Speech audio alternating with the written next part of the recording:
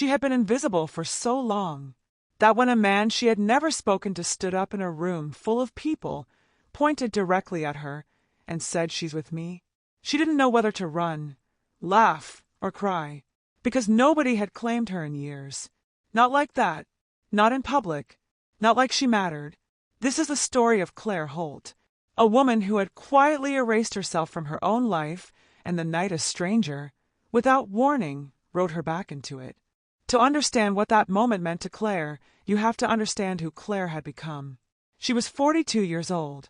She had a daughter in college, a house that was a little too quiet now, and a name tag that read Claire H. At the real estate firm where she'd worked for 11 years, because there was another Claire in the office, and somehow, somewhere along the way, she had stopped being a whole name. She was just Claire H. And honestly, that felt about right. 3 years earlier, Claire's marriage had ended. Not dramatically, not with screaming or betrayal, just with the quiet, terrible realization that two people had been sleeping beside each other for 16 years and had somehow both become strangers. Her ex-husband, David, was not a villain. He was just a man who had stopped seeing her. And here's what Claire never said out loud, the thing that sat in her chest like a stone. She had stopped seeing herself, too. She had spent so long being David's wife, Mia's mom, the dependable one at the office, that she genuinely couldn't tell you what Claire liked, what Claire wanted, what Claire was afraid of, outside of the practical things. After the divorce, her friends had rallied, as friends do. There were brunches and pep talks, and one memorable evening where her friend Joanna signed her up for a dating app without asking. And Claire spent 45 minutes looking at her profile photo, a picture taken at Mia's graduation, where she was smiling but slightly turned away from the camera.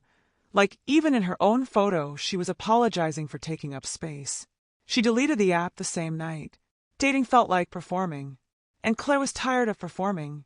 So instead, she poured herself into small, manageable things. She got very good at meal prepping on Sundays. She read at least 2 books a month. She started running not because she wanted to, but because the silence of the neighborhood at 6 a.m. felt like the only time the world wasn't asking anything of her. She was fine. She said this often. "I'm fine. Honestly, I'm good. Things are really settling now." The way people say fine, when what they mean is I have packed everything I feel into a very small box, and I am sitting on the lid. Then, in early October, her colleague Dana forwarded her an email. A local business association was hosting a networking dinner. Dana had a conflict and couldn't go. The ticket was already paid for. Would Claire want to take it? Claire almost said no. She almost said she had plans, even though her plans were a bowl of pasta and a documentary about rivers. But something she couldn't explain it later made her type back, "Sure, I'll go." She wore a navy dress she hadn't worn since before the divorce. It still fit. She stood in front of the bathroom mirror for a moment, looking at herself. Not the way you look at yourself when you're checking for spinach in your teeth. Really looking. "Who are you?" she thought. She didn't have an answer, but she picked up her keys anyway. The event was held at a converted warehouse space downtown, the kind of place with exposed brick and Edison bulbs that makes everything feel slightly more significant than it is. Claire arrived exactly on time, which meant she arrived slightly after everyone else had already formed their little clusters of conversation. She collected a glass of sparkling water from a passing tray, found a spot near the edge of the room, and began the time-honored tradition of people who are uncomfortable at parties. She studied the buffet table with intense interest. The bruschetta was excellent. The bruschetta did not require small talk. She was deep into a strategic analysis of the cheese selection when she felt someone step up beside her. "The Gouda is the right choice," a voice said. "The Brie is a trap." She turned. He was tall, maybe 45, 47, with a kind of face that looked like it had lived in it for a while. Dark eyes. A half-smile that suggested he found the world quietly amusing. He was holding a glass of red wine loosely, like a man who was comfortable wherever he happened to be standing. Claire had never seen him before in her life. "I wasn't going to take the Brie," she said. "Everyone says that," he replied, reaching past her to take a piece of Gouda. "Everyone takes the Brie." She laughed. Actually laughed the real kind, not the polite cocktail party version. His name was Nathan. Nathan Reeves. He worked in commercial architecture, had recently relocated back to the city after 8 years in Seattle, and had, apparently, very strong opinions about cheese boards. They talked easily. That was the thing. Claire noticed first how easy it was. With David, conversation in the last years of their marriage had felt like work, like trying to start a car in the cold. With Nathan, it felt like talking to someone she'd known before in some other life and was simply catching up with. He asked her questions, and then actually listened to the answers. Not the way people sometimes listen, where you can see them preparing their next sentence behind their eyes. He listened like the answers mattered. She told him about the real estate firm. He asked how she'd gotten into it. She told him, which meant she told him about the year after college when she'd been completely lost, and a woman named Peggy had taken her on as an assistant just because she'd liked Claire's honesty in an interview. She hadn't thought about Peggy in years. "That's a good story," Nathan said. "You should tell that story more." "It's not that interesting," Claire said automatically. He looked at her for a moment. "You do that a lot," he said. "Minimize it right after you say it." She opened her mouth to protest. Closed it. He was right. They found their way to the dinner tables. They were not seated together, a small cruelty of alphabetical table assignments. Claire was at table 4. Nathan, apparently, was at table 7. "The Brie people," he said gravely, nodding toward his table. "Godspeed," she said. She sat down, smoothed her napkin, and told herself firmly not to keep looking across the room. She looked across the room approximately 14 times during the salad course. Dinner moved the way these things do: introductions, business cards, the mild performance of professional small talk. Claire was good at it. She asked questions, remembered names, laughed at the right moments. Competent. Invisible. Claire H.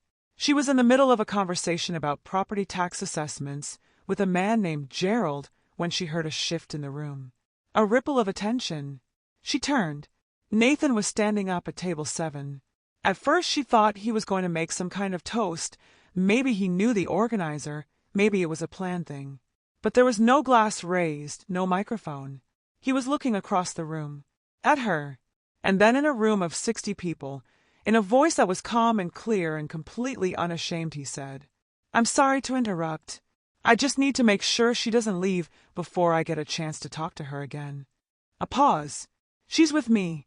Or she will be, if she'll agree to coffee." The room went very quiet. 60 faces turned toward Claire. She felt the heat rise in her face. She felt the sudden, ridiculous urge to look behind her to find the other woman, the one he must mean. The interesting one, the one worth standing up for in public. But there was no one behind her. There was only the navy dress she hadn't worn in 3 years, and 60 pairs of eyes, and Nathan Reeves across the room, looking at her with a half smile and absolutely no apology. For one long second, Claire sat perfectly still. She did not fold her hands in her lap and give a small, gracious smile and say, "How flattering," in a way that deflected the whole thing. She did not look down.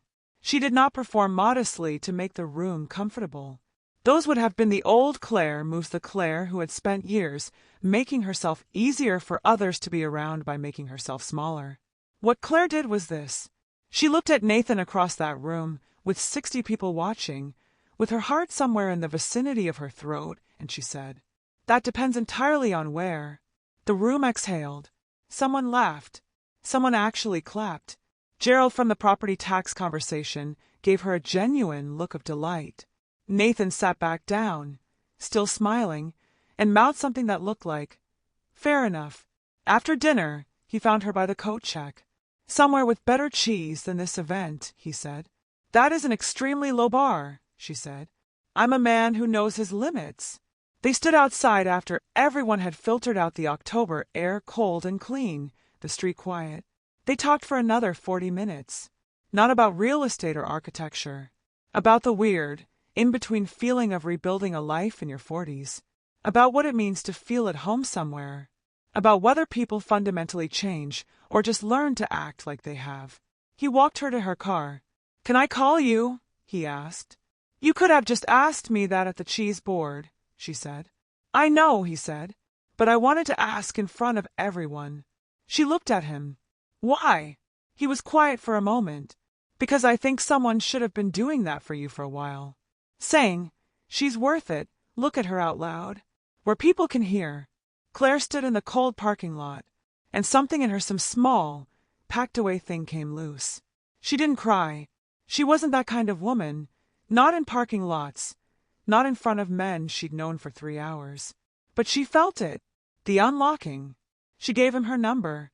Nathan and Claire did have coffee, and then dinner, and then a Sunday afternoon at a farmer's market where he was, in fact, extremely opinionated about local produce. They dated for 7 months before she decided it wasn't the right fit.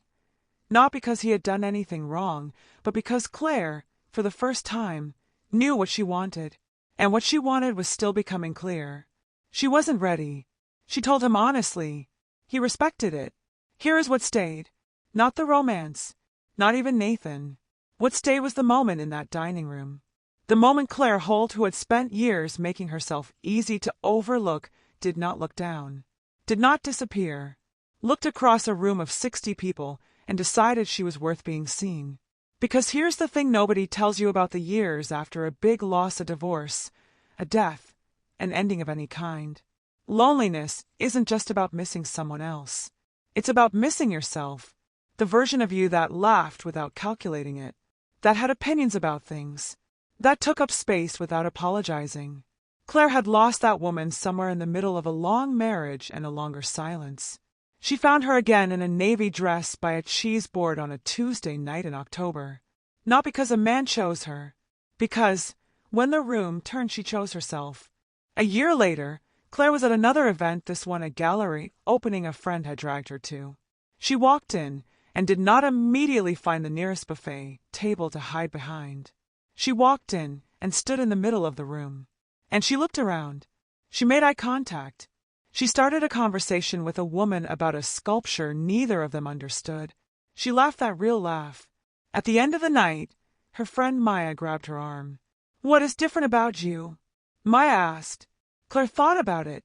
"I stopped waiting," she said finally, "for someone to tell me I'm allowed to be here."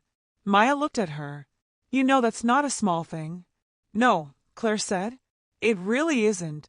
We tell ourselves that the big moments will feel like big moments, that we'll know when we're turning a corner, that healing has a shape, but sometimes it happens in the middle of a networking dinner you almost didn't go to.